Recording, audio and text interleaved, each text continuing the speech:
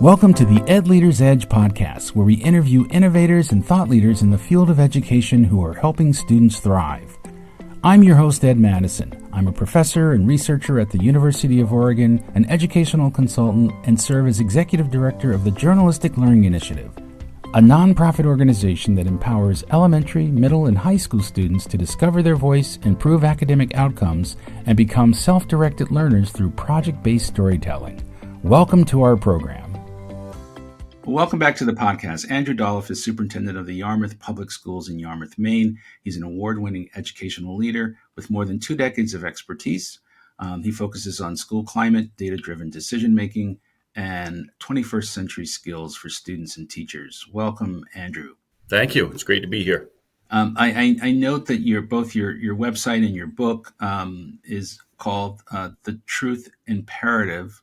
Tell me more about that and how trust is sort of a central part of your work. Yeah, trust imperative, actually. And yes, that's something, Ed, that really came to me kind of later in my career here. I kind of picture myself at the twilight of it now, 38 years in. And I wish I had been more clear on this at my 10 or 15 year mark when I was first a high school principal. But really through teaching at the graduate level and working with aspiring school leaders and hearing their stories as current teachers and guidance counselors and so forth in their schools, a lot of their complaints, I finally, as I sifted through them, I realized that a lot of it had to do with trust. That there was, when they were upset with things, there was a lack of trust between them and their school leader. And so I started to delve into that more and read more about that. And I was surprised to find out how much there is to read about trust in organizations, not necessarily in schools, but, I think we can learn a lot about leadership and trust from looking at private organizations. So, looking at the work of like Paul Zak out at Claremont University in California, and Douglas Reeves over here on the East Coast, David Horsehager, who oversees the Trust Edge. They've done a lot of research around trust and actual brain chemistry of how people respond when they're in high trust and low trust environments. And so I've really come to settle on that as being the most important characteristic of a school that's able to perform at its highest level. And really one of the things that I say in my book is it's really an indicator of the potential longevity of the leader. When we have leaders who are low trust themselves and who inspire low trust in themselves, I don't believe that they're long for this profession anymore. People have expectations of that they can trust their local schools and their local school leaders. So that's really where I've kind of focused a lot of my writing and my presenting. And because I'm a practitioner more than a researcher by far, I really focus on, all right, what does that mean at the school level? We can all have these great superfluous statements and great visions for what trust is. But what does it mean from 7 a.m. to 10 p.m. in your school? What does it look like? That was going to be my next question. How do you put that into practice? Yeah. And so that's the fun part, is to look at, all the different things that you do from whether it's, involving students in policy discussions, interview teams, being very visible in the community, your level of communication. All those things are very important. And we can list, 30, 40 different practices that people come up with that build trust in a school, whether it's, effective professional learning communities, school within a school, looping designs for instruction and so forth. But one of my biggest points is you can have all the structures you want, but if you don't have the culture of trust, then you're not going to perform. The school's not going to perform at the level that it could be performing.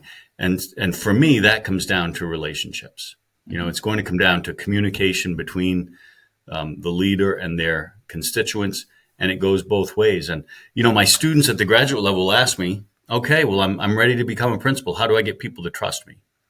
And my first comment to them is, I go all the way back to 7 Habits of Highly Effective People. Right, that was one of the first self-help books I think that I read when I was in my late 20s, early 30s when that first came out. And one of those habits was seek first to understand and then to be understood. Right, and so that's my comment to them around trust. I said, I think first you need to demonstrate trust in others. And then you can start to expect that they will demonstrate trust in you. When we go in as a leader and we're untrusting, we're micromanaging, right? We've got our thumb on everything in the district. Then people don't feel trusted. So why would they trust us? So I think that's the first step, is to demonstrate trust in others. Yeah, for me, that sort of translates into listening more than speaking. Right. Right. Yeah. And I think another piece of that, Ed, is being curious.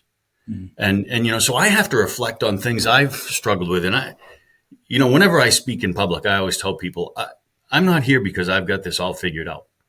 I've got 38 years of observing people do this work.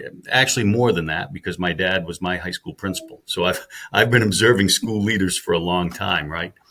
And so I just share my observations. A lot of the mistakes I share with them are my own, and a lot of the successes I share are people that I've observed in other ways. But I certainly don't have this all figured out, and I've learned over time that for me, curiosity was one of my weaknesses, quite frankly, which is kind of embarrassing as somebody who's a lifelong educator and involved in education. Personally as well as professionally. I don't think that I've been, at the times when I've been at my weakest as a leader, I've probably been at my least curious. And I think that's when we enter meetings as leaders, oftentimes, either out of insecurity or out of arrogance, we enter meetings thinking that we've got to have the answers. Well, I'm the leader. I'm the principal. They're going to look to me for the answer. I've got to figure this out. And I think I've become more comfortable over time in entering meetings being more curious, even to the point where one strategy that I've suggested for folks is to think about 2 questions that you're going to ask in a meeting before you enter, so that you actually start the meeting off with your curiosity, asking questions of others and seeking their opinions and advice and perspectives on a matter. And those questions will typically lead to others. I don't have to go in with 10 or 15 questions. I can just think of a couple, and that gets the other people talking. And I found that to be an effective strategy. Let's step away from our conversation for a moment for me to tell you about the Journalistic Learning Initiative's innovative educational tools and services. Of special note is JLI's Comfort Corner initiative, a video library featuring near-peer role models sharing about their mental health journeys. This innovative resource destigmatizes mental health challenges, provides a gateway to seeking professional help, and supports your students in realizing they're not alone. If you're looking to make the best decision for your teaching staff and students about AI adoption, improving student engagement, strengthening writing skills, promoting social media mindfulness, or enhancing college and career readiness, please take a moment to visit our website at journalisticlearning.org. Our team of University of Oregon researchers offer customized AI tools, instructional materials, professional development, and consulting. Research confirms that students with journalistic learning experience outperform their peers on numerous key indicators for college and career readiness. At the heart of our work is empowering learners to become effective communicators. If you think about it, effective communication is critical in every human interaction, whether it's writing an essay for a grade or being interviewed to secure employment. Since 2015, JLI has benefited nearly 20,000 students and served schools in 15 states and the District of Columbia. I invite you to schedule an appointment to explore how JLI can improve your students' learning outcomes. Now back to our program. Yeah, I think it's that willingness to acknowledge that you don't have all the answers that kind of breaks apart this sort of hierarchical traditional way in which people have looked at leadership. Mm, How does a student, or a teacher for that matter, speak authentically and with candor when they may see you as the big boss, and kind of right. unapproachable. Yeah. And that comes, I think, so you've got to have the curiosity, but, it just goes back to those relationships. You've got to be real. You've got to get to know your people so that you can ask them questions outside of the meeting so they know that you care about them, that you're concerned about them. When your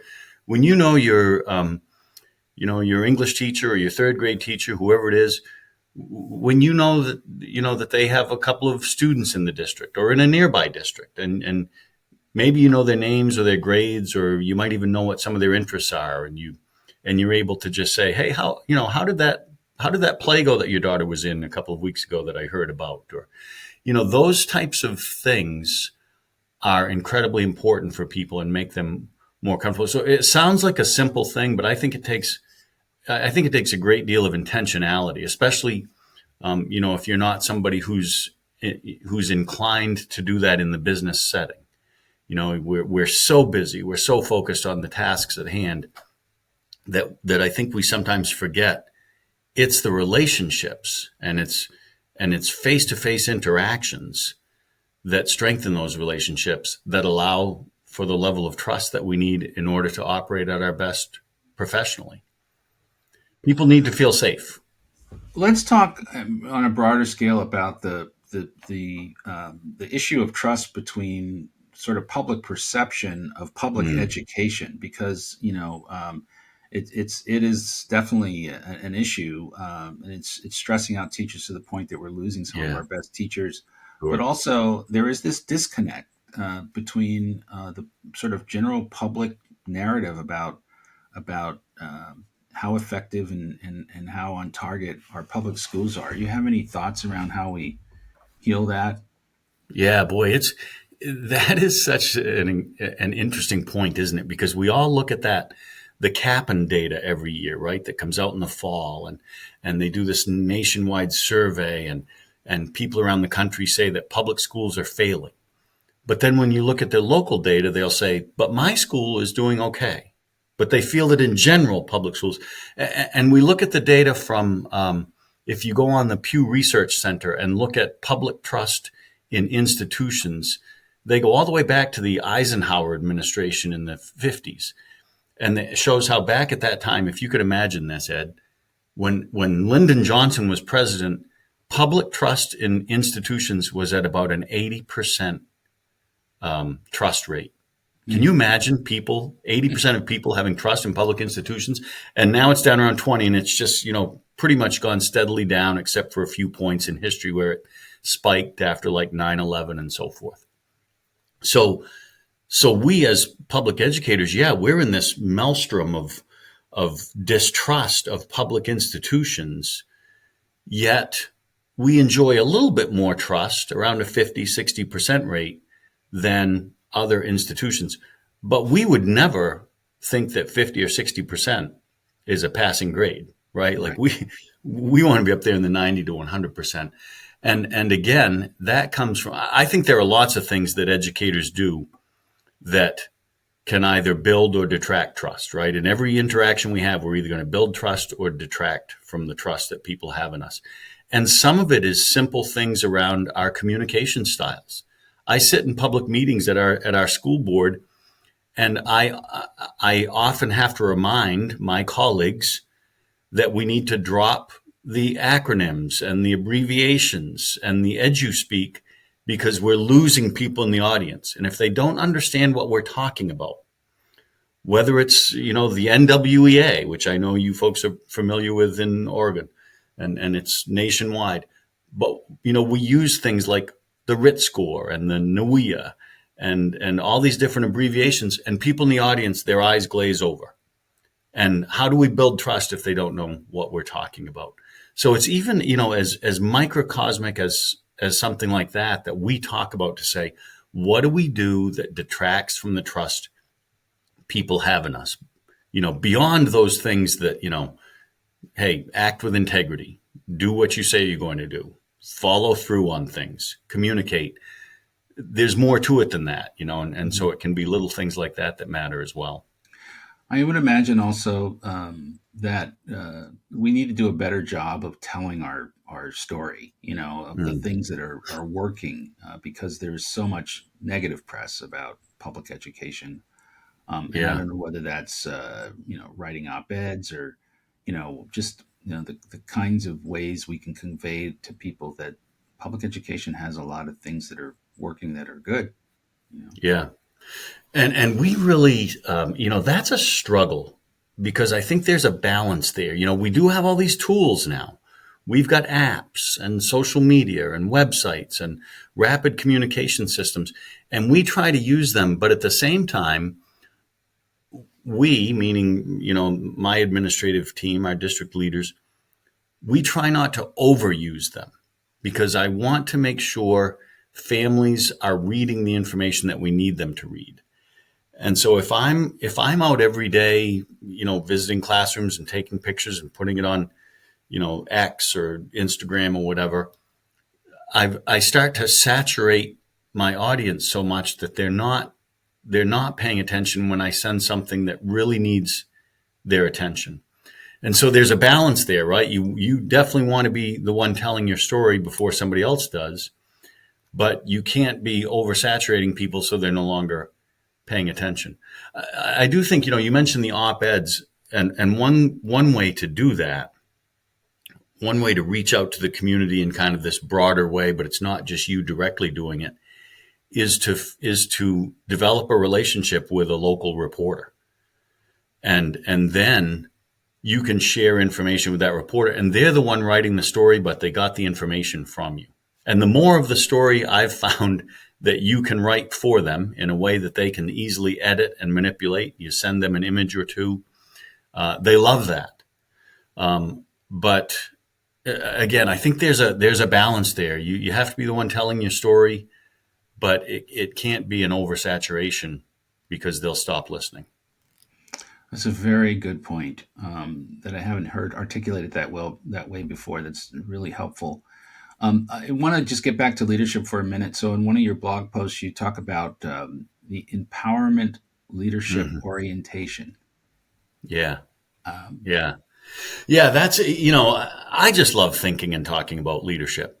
And that one came to me one day, as I was sitting in a room full of school leaders from around the region here in New England.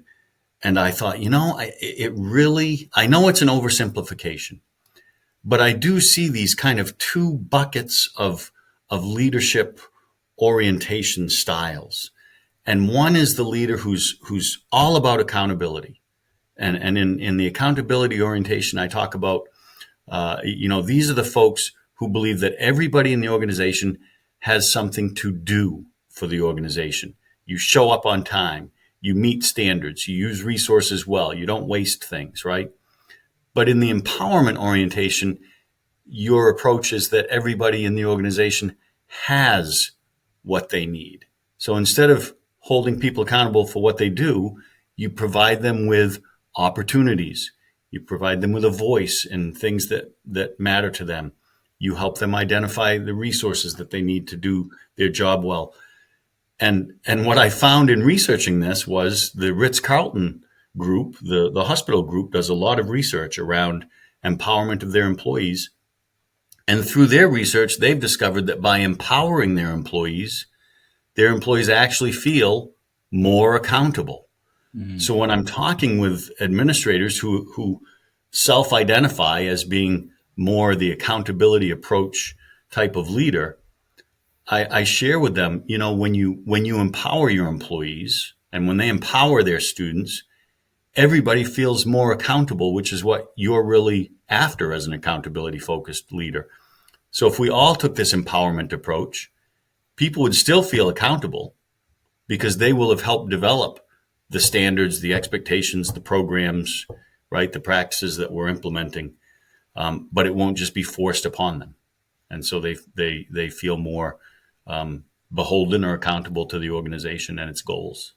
Thank you, Andrew. This has been great. The book is The Trust Imperative. Yes. And their website is Trust Imperative. And is there any other, how do people find your district or connect with you? Sure. Yeah. Trustimperative.org is the website. They can reach me through that. My day job is here at the Yarmouth School Department, which is yarmouthschools.org here in Maine.